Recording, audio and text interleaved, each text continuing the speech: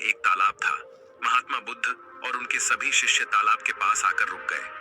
तभी वहां पर एक लड़का अपनी माँ के साथ पानी भरने आया।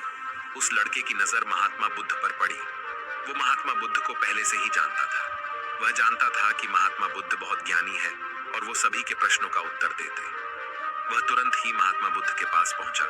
उसने महात्मा बुद्ध को प्रणाम किया और कहा, हे बुद्ध, मैं अपने जीवन में कुछ बहुत बड़ा करना चाहता हूं, लेकिन जब भी मैं कुछ करना चाहता हूं तो वो मुझसे संपूर्ण तरह से नहीं हो पाता। मुझे तो कुछ समझ ही नहीं आता कि आखिर में क्या गलती कर रहा हूं। इसलिए मैं आज आपसे यही प्रश्न पूछने आया कि लक्ष्य को पाने के लिए ऐसी कौन सी कठिनाइयां हैं जो हमें पार करनी होगी।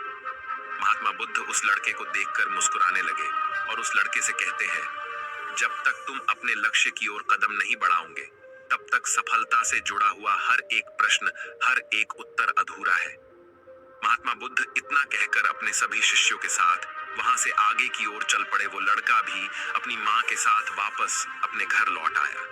अगले दिन जब वो लड़का अपनी माँ के साथ वापस उस तालाब पर पानी भरने आया, तो उसने देखा कि तालाब में जो कमल की केवल कलियां थी, आज वो पूरी तरह से खिल चुकी है और पूरे के पूरे तालाब में केवल कमल के फूल ही नजर आ रहे। उस लड़के की माँ को अपनी आंखों पर यकीन नहीं हो रहा था। उस पर उसकी माँ कहती है, बेमौसम इतने सारे फूल एक साथ खिलना, ऐसी घटना तो मैंने आज तक नहीं सुनी। ऐसा अवश्य ही महात्मा बुद्ध के यहाँ पर आने के कारण हुआ है, अर्थात ये उनका ही प्रभाव है। ये सुन वो लड़का सोच में पड़ गया। उसने तुरंत ही तालाब से एक कमल का फूल तोड़ा और मन ही मन ये सोचने लगा, यदि यह महात्मा बुद्ध के प्रभाव के कारण हुआ है तो मुझे अवश्य ही महात्मा बुद्ध से मिलना चाहिए। शायद हो सकता है कि वो मुझे कुछ प्रेरणा देना चाहते हैं। ऐसा सोचते सोचते उस लड़के ने यह भी मन बना लिया कि वह महात्मा बुद्ध से अवश्य मिलेगा। और साथ ही उसके मन में महात्मा बुद्ध की वो आवाज गूंज रही थी कि जब तक तुम लक्ष्य की ओर कदम ही नहीं बढ़ाओगे, तब तक सफलता से जुड़ा हर प्रश्न, हर उत्तर अधूरा है। तभी उस लड़के ने वह कमल का फूल एक छोटे से मटके में रख लिया और उसने मन ही मन यह मन बना लिया कि वह महात्मा बुद्ध से मिलकर रहेगा और उसके मन में जो भी प्रश्न है वह उनसे उनके उत्तर जानकर रहेगा। उस लड़के ने तुरंत ही अपनी माँ से कहा, माँ, मैं महात्मा बुद्ध से मिलने जा रहा हूँ। वो अब तक बहुत आगे नहीं निकले होंगे। यदि मैं जल्दी जल्दी चलूंगा तो एक दिन में उन तक पहुंच ही जाऊंगा और फिर एक दो दिन में मिलकर मैं वापस घर लौट आऊंगा। उसकी माँ ने उसे समझाने की कोशिश की, लेकिन वो लड़का नहीं माना। वो तुरंत सफर की ओर निकल पड़ा। वो मार्ग पर तेजी से आगे बढ़ रहा था। जल्दी जल्दी चलते हुए उसने बहुत कम समय में अपना गांव पार कर लिया, लेकिन अब इसी कारण वो थकने भी लगा था और उसकी रफ्तार भी धीमी पड़ रही थी। उस लड़के का जोश भी अब खत्म होता जा रहा था।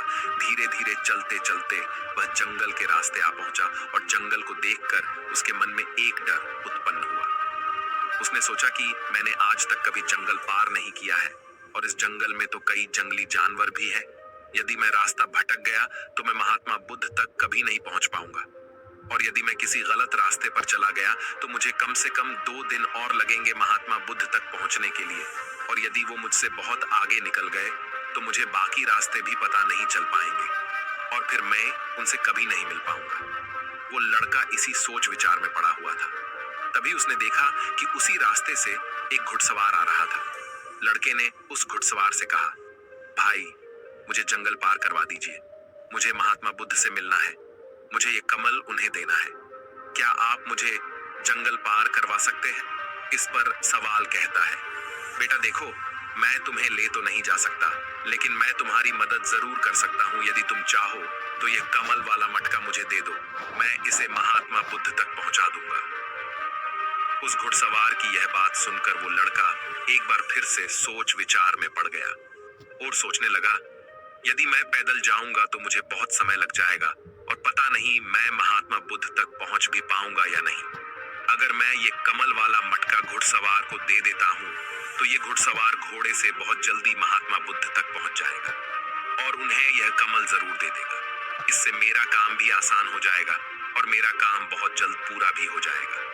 काफी कुछ सोच विचार करने के बाद उसने तय किया कि वो ये कमल का फूल उस घुड़सवार को दे देगा। ये सोचकर उस मटके को उस घुड़सवार